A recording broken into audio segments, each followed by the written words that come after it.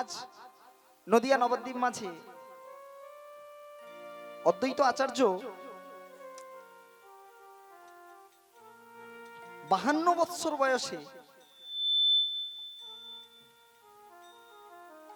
ওই গোলকের হরি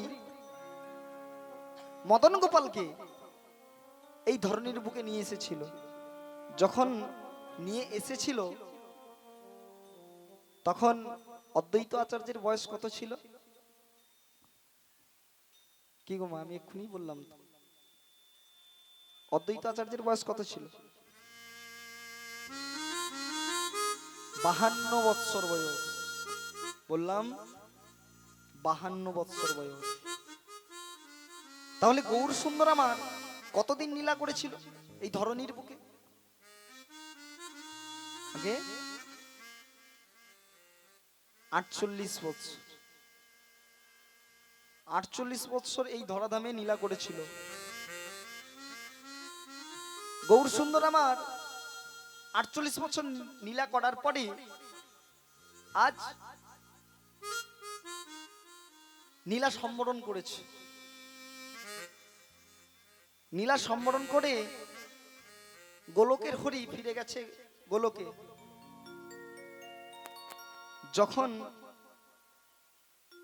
আমার গৌর সুন্দর নীলা সম্বরণ করলো তখন অদ্বৈত আচার্যের বয়স কত ছিল? অদ্বৈত আচার্যের বয়স কত ছিল?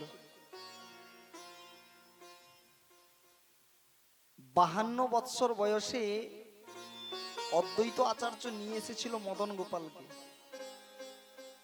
আর গৌর সুন্দর আমার এই ধরনীর বুকে ছিল 48 বৎসর। যখন গৌর সুন্দর নীলা সম্বরণ করলো তখন আমার অদ্বৈত আচার্যের বয়স কত ছিল? আমার এই বাবা বলছে 100 বছর। কি গো মা, 100 বছর?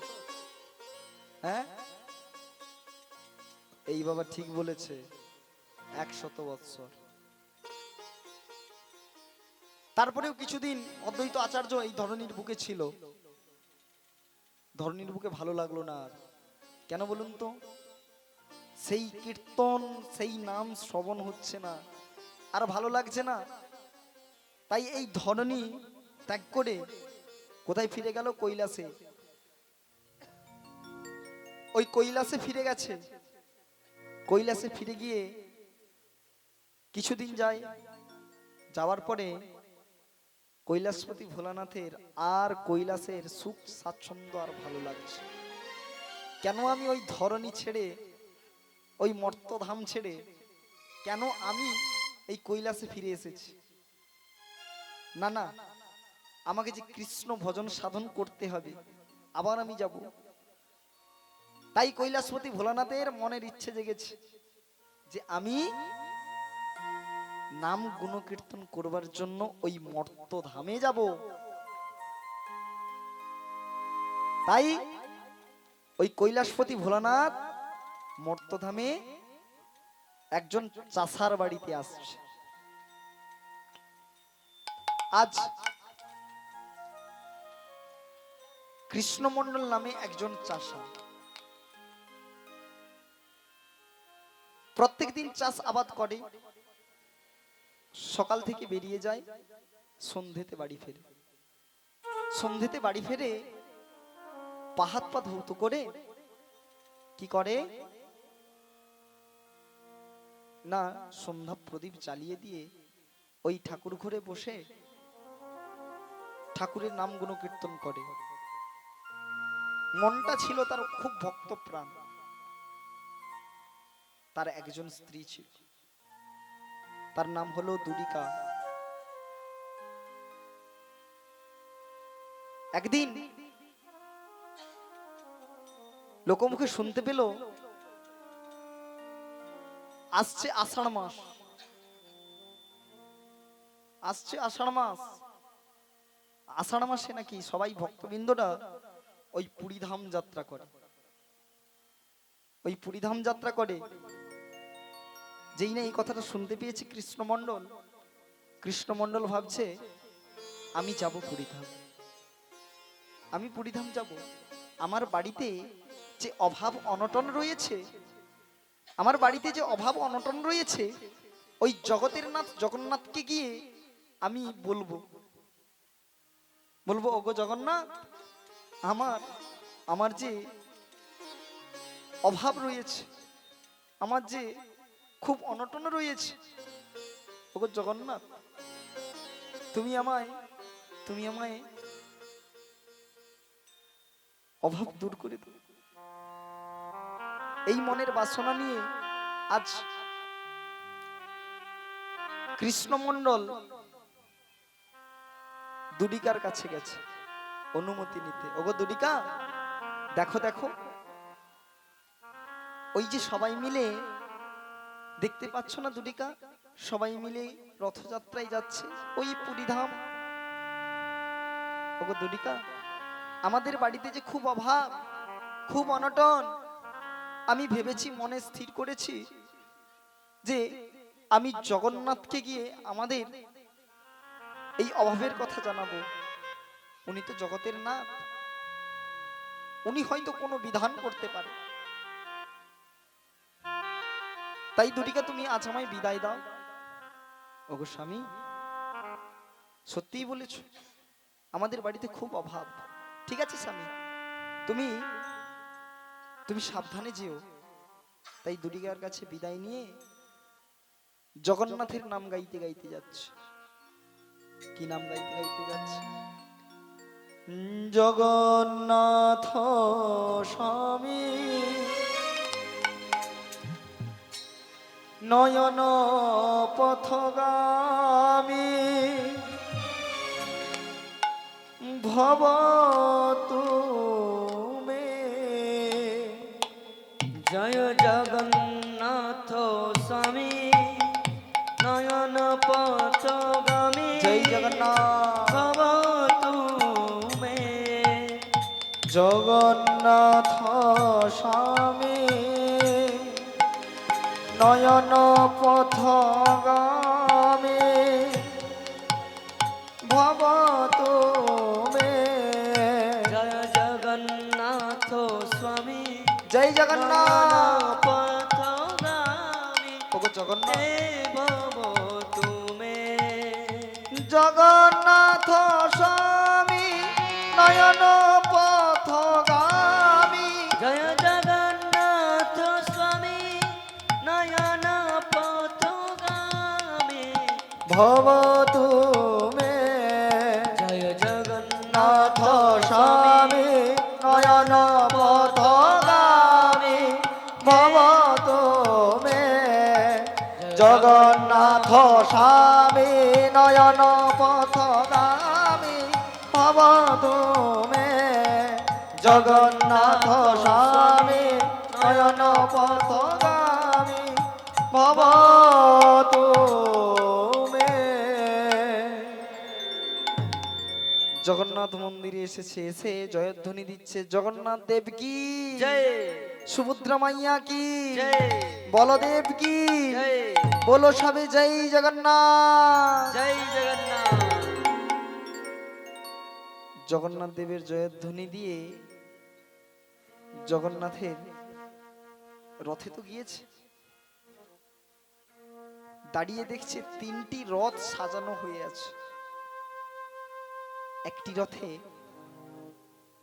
জগতের নাথ জগন্নাথ বসে আছে, একটি রথে বোন সুভদ্রা, আর আরেকটি রথে দাদা বলদেব বসে আছে। তিনজনের রথের শোভা দর্শন করে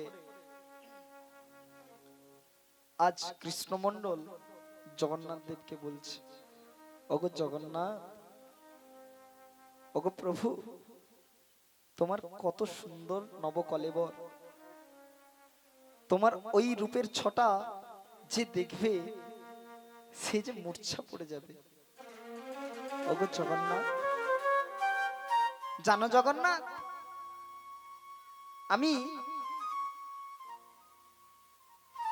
আমি ওই মেদিনীপুর থেকে এসেছি। জানো জগন্নাথ, আমি তোমার কাছে একটি নিবেদন রাখবো বলে এসেছি। শুনবে জগন্নাথ, তুমি শুনবে? ওগো জগন্নাথ, আমার বাড়িতে আমার বাড়িতে আমার বাড়িতে এই কথাটি বলেছে। এই কথাটি যেই না বলেছে আর বলতে পারছে না। কি জানি কি হলো। তখন জগন্নাথকে আবার বলছে, জানো জগন্নাথ আমি কি চাই? তুমি যদি অভয় দাও তাহলে আমি বলবো। জানো জগন্নাথ, তুমি আমায় একটি কৃষ্ণ ভক্ত সন্তান দাও গো, ওই তোমার সেবার তরে। একটি কৃষ্ণ ভক্ত সন্তান দাও তোমার সেবার তরে। একটি কৃষ্ণ ভক্ত সন্তান দাও গো, তোমার সেবার তরে। একটি কৃষ্ণ ভক্ত সন্তান দাও তোমার সেবার তরে। যেন তোমার সেবায় লাগাতে পারি, যেন তোমার সেবায় হরিবল লাগাতে পারে। তো যেন তোমার সেবায় লাগাতে পারি, যেন তোমার সেবায় লাগাতে পারি। এই আশীর্বাদ করো। একটি কৃষ্ণ ভক্ত সন্তান দাও গো, তোমার সেবার তরে। একটি কৃষ্ণ ভক্ত সন্তান দাও তোমার সেবার তরে। কি গো মা, কৃষ্ণমন্ডল কি চাইতে এসেছিল? জগন্নাথের কাছে কি চাইতে এসেছিল গো? আমায় ধন সম্পদ দাও, আমার অভাব যেন দূরীভূত হয়ে যায়। কিন্তু ওই জগন্নাথের রূপের ছটা দেখে ওটা আর বলতে পারলো না। কি চাইলো? আমায় একটি কৃষ্ণ ভক্ত সন্তান দাও। একেই তো বলে ভক্ত গো। ভক্তের চাওয়া যেন ভক্তের মতোই হয়। যেমন চেয়েছিল আমার নরেন,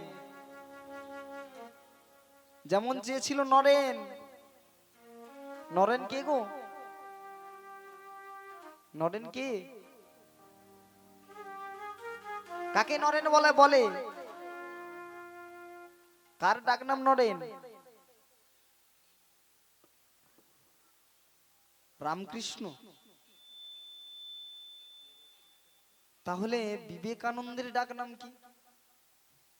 হরিবল। অপরাধ নেবেন না মা, আপনাদের ছেলের বয়সে অপরাধ নেবেন না। তাহলে নরেন, যদি নরেনের রামকৃষ্ণ দেবের ডাক নাম নরেন হয়, তাহলে বিবেকানন্দের ডাক নাম কি গো?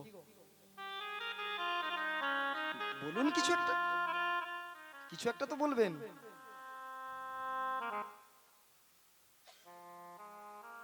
স্বামী বিবেকানন্দের ডাক নাম হচ্ছে নরেন।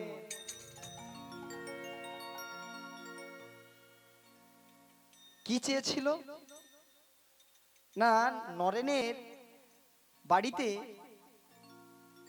নরেনের বাবা খুব বড় ব্যারিস্টার ছিল। প্রত্যেক দিন দান ধ্যান করত। দান ধ্যান করতে করতে ওদেরই এই খাওয়া জুটতো না, এমন দানি ব্যক্তি ছিল। একদিন খেতে বসেছে নরেন, বলছে মা আমায় আরো দুটো ভাত দাও। আমরা চাই না। প্রথমবারে দেওয়ার পরে মা আমায় দুটো আরো দাও তো, খিদা পেয়েছে। নরেন চাইছে, মা আমায় দুটো ভাত দাও। বলছে বাবা, যেই কটা হাঁড়িতে ভাত ছিল তোকে তো দিয়ে দিয়েছি, আমাদের খাওয়াও জোটেনি বাবা, আমার ভাগে যেটা ছিল সেটাও তোকে দিয়ে দিয়েছি, কি করে আর তোকে দেব? কি বলছো মা? আমাদের বাড়িতে অভাব? বেশ, ঠিক আছে। শুনেছি ওই দক্ষিণেশ্বর মন্দিরে একজন পাগলা ঠাকুর থাকে। ওখানে যে দেবী মা রয়েছে, ভবতারিণী রয়েছে, ওই ভবতারিণী নাকি ওই পাগলা ঠাকুরের সঙ্গে কথা বলে, আর পাগলা ঠাকুর যাই বলে ওই মা শোনে। তাই আজ নরেন মনে মনে চিন্তা করলো যে আমি ওই পাগলা ঠাকুরের কাছে যাব, গিয়ে চাইবো যে ঠাকুর, তুমি তোমার মা তো তোমার কথা শোনে, তুমি তোমার মার কাছে চেয়ে দাও না, আমার বাড়িতে খুব অভাব, খুব অনটন। তাই ছুটতে ছুটতে নরেন কি করেছে, পাগলা ঠাকুরের কাছে এসেছে। কার কাছে এসেছে গো?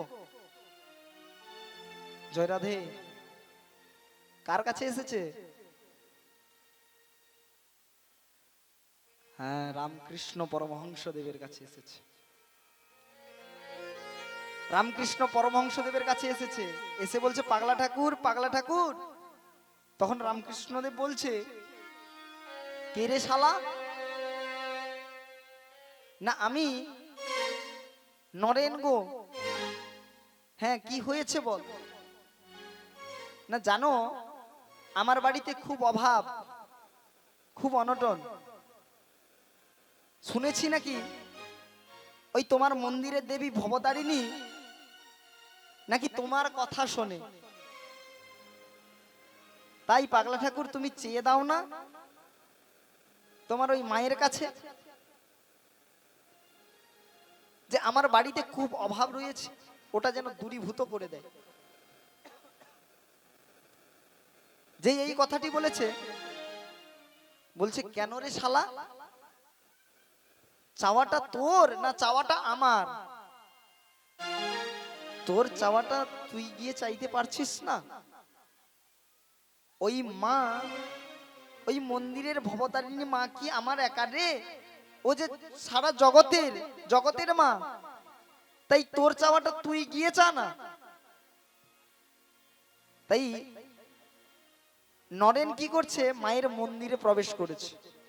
মায়ের মন্দিরে প্রবেশ করে মাকে যেই না দেখেছে, দেখে বলছে মা গো, তোমার কি রূপের মহিমা,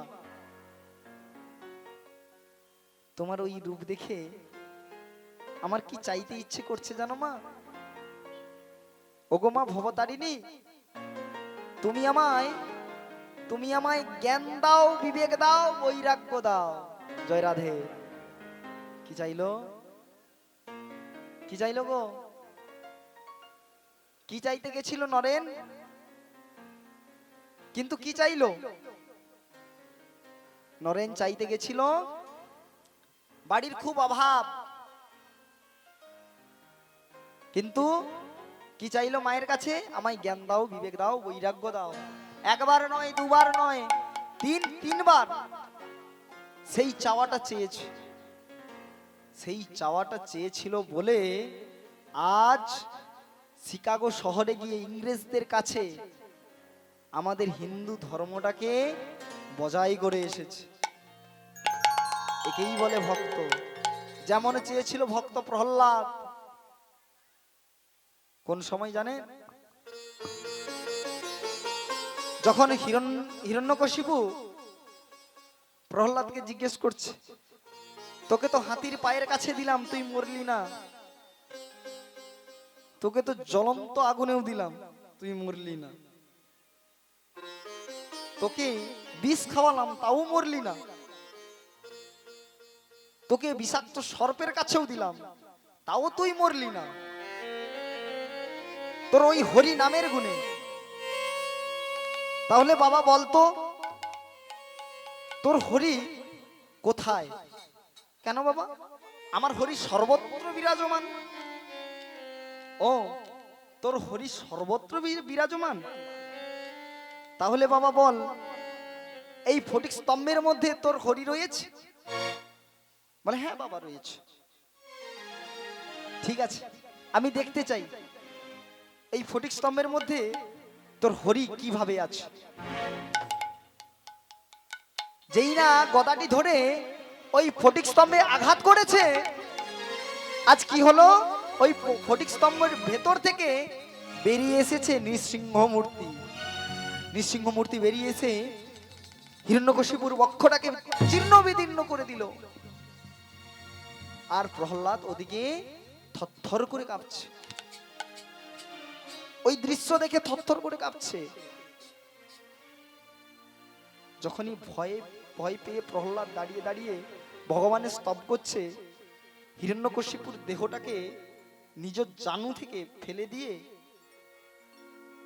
আজ নৃসিংহদেব গিয়ে প্রহ্লাদকে বলছে, ওরে প্রহ্লাদ, প্রহ্লাদ রে, তুই আজ প্রমাণ করে দিলি বাবা যে ভক্ত যেখানে যেমন ভাবে ডাকুক না কেন ভগবান সাড়া দেবেই দেবে। তাই বাবা বল, আজ তুই আমার কাছ থেকে কি চাস?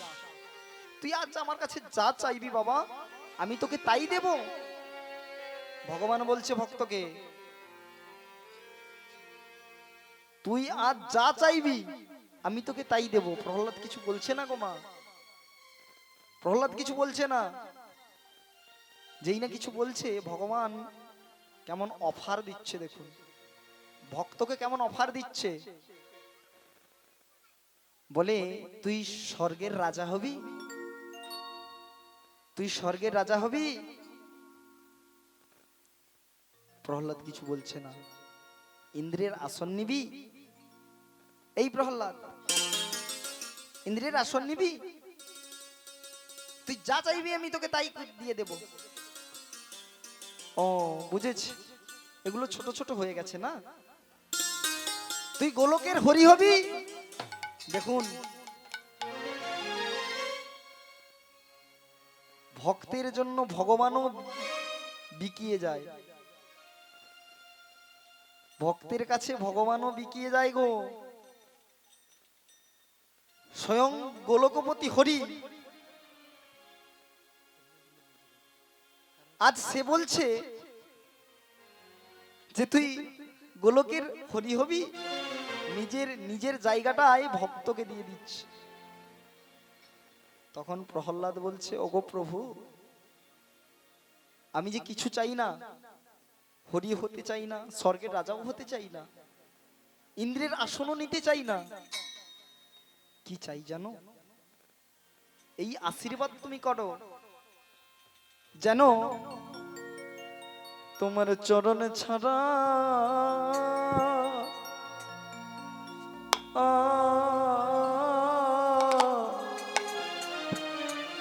ওগো দয়াময়, তোমার চরণ ছাড়া কোনো না গো। ও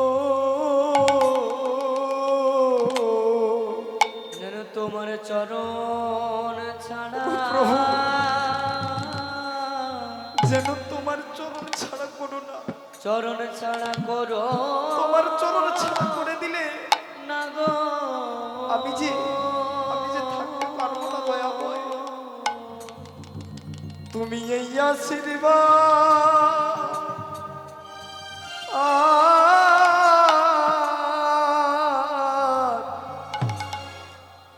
এই আশীর্বাদ করো,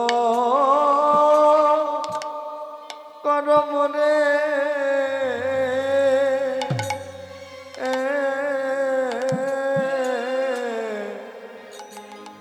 যেন চরণ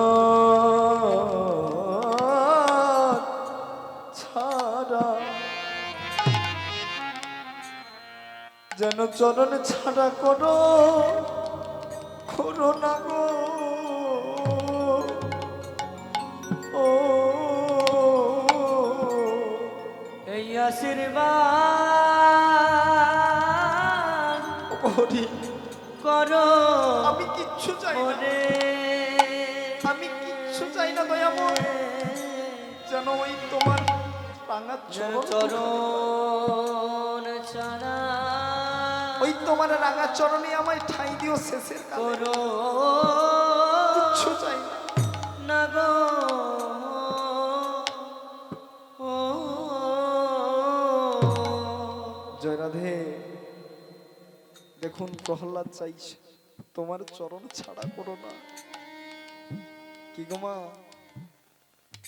আজকে যদি আমাকে কেউ এমন বলতো, আপনাদের নয়, আমার মতো পাপা হতো জীবকে, নরকের কীটকে যদি কেউ জিজ্ঞেস করতো, এই তোকে তোকে 10,000 টাকা দেবো, তুই নিবি? সঙ্গে সঙ্গে আমি বলে দিতাম হ্যাঁ নেব।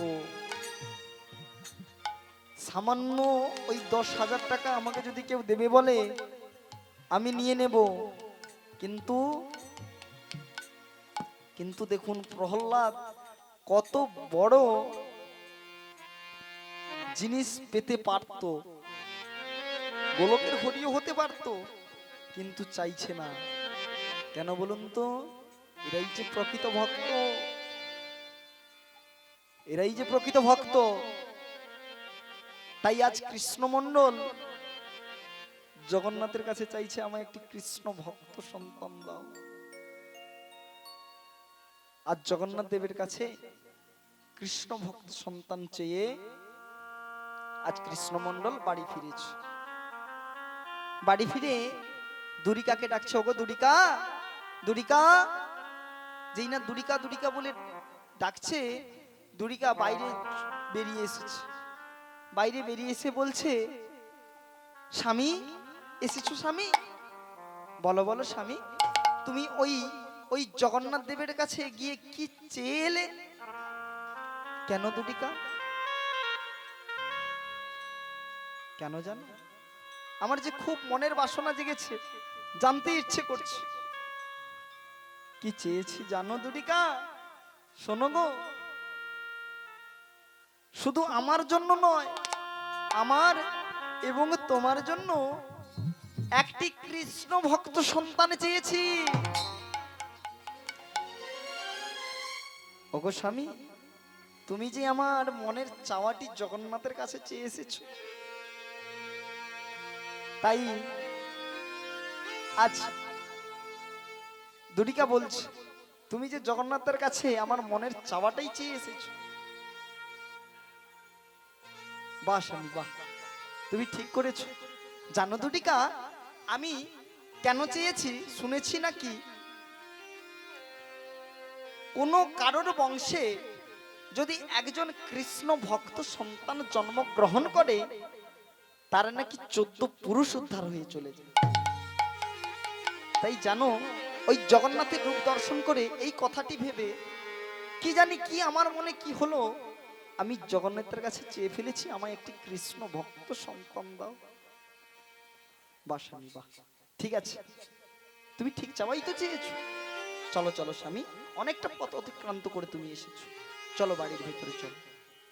তাই আজ দুরিকা আর কৃষ্ণমণ্ডল করে বাড়ির ভেতরে গিয়েছে। একদিন যায়, দুদিন যায়, 2 মাস যায়, 3 মাসের বেলায় সবাইয়ের কানাকানি হলো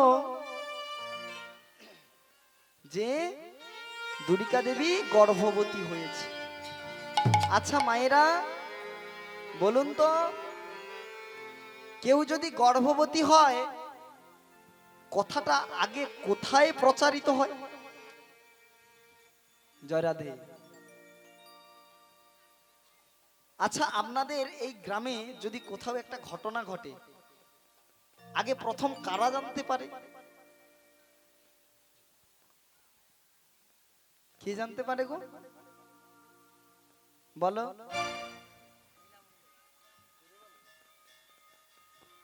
মহিলা মণ্ডলী। হ্যাঁ, দেখলেন তো, ওই মহিলা মহলে আগে জানাজানি হয়। কোথায় আবার সেটা জানেন? ওই জল আনতে গিয়ে টিওলের গোড়ায়। জানিস দিদি কেমন ভাবে কথাটা হয়? জানিস দিদি, ওই কৃষ্ণমন্ডলের যে স্ত্রী রয়েছে না, ও 2 মাসের গর্ভবতী। ও 2 মাসের গর্ভবতী। থাক থাক, তুই বলিস না, ওর ঢং আমাকে বলতে হবে না। এমন ভাবে কথাগুলো হয়। দেখবেন কারোর কেউ যদি ভালো একটু শাড়ি পরেছে বা ভালো একটু গয়না পরেছে, ওই জল আনতে গিয়ে আলোচনা হয়, অমুক লোকের স্ত্রী জানিস তো এত সোনা পরেছে, এত সুন্দর শাড়ি পরেছে, তোর আছে দিদি, তোর আছে, এমন ভাবে কথাগুলো হয়। তাই আজ মহিলা মহলে জানাজানি হয়েছে যে দুর্গা দেবী গর্ভবতী হয়েছে। তাই আজ 1 মাস 2 মাস হওয়ার পরে 5 মাসে কি হলো, পঞ্চামৃত করানো হলো।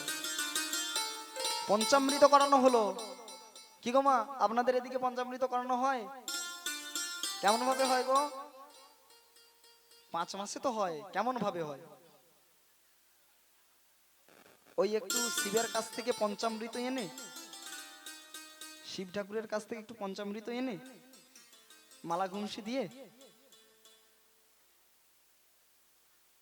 হ্যাঁ, আপনাদের এদিকে বাড়িতে হয় তো, আমাদের ওদিকেও এটাই হয়। কিন্তু শাস্ত্রে আছে পঞ্চামৃত করানো হয় মামা বাড়িতে নিয়ে গিয়ে, মানে যে গর্ভবতী তার বাবার বাড়িতে গিয়ে সে পঞ্চামৃত করবে। কেন বলুন তো, কেন করবে? এখানেও তত্ত্ব রয়েছে, এখানেও তত্ত্ব রয়েছে। যখন মামা মারা যায়, ভাগ্নে শ্রাদ্ধ করে, তো শ্রাদ্ধ করে, ওই অধিকারটা পেল কোথা থেকে? মামা বাড়ি থেকে। অধিকারটা পেল কোথা থেকে? যেমন আমি ধরুন আমার বাবার শ্রাদ্ধ করব, এখনো আমার বাবা বেঁচে আছে, ভগবান সুস্থ রাখুক আমার মাতা পিতাকে, আমি কথাই বলছি, ধরুন আমি শ্রাদ্ধ করব, তাহলে ওটা আমার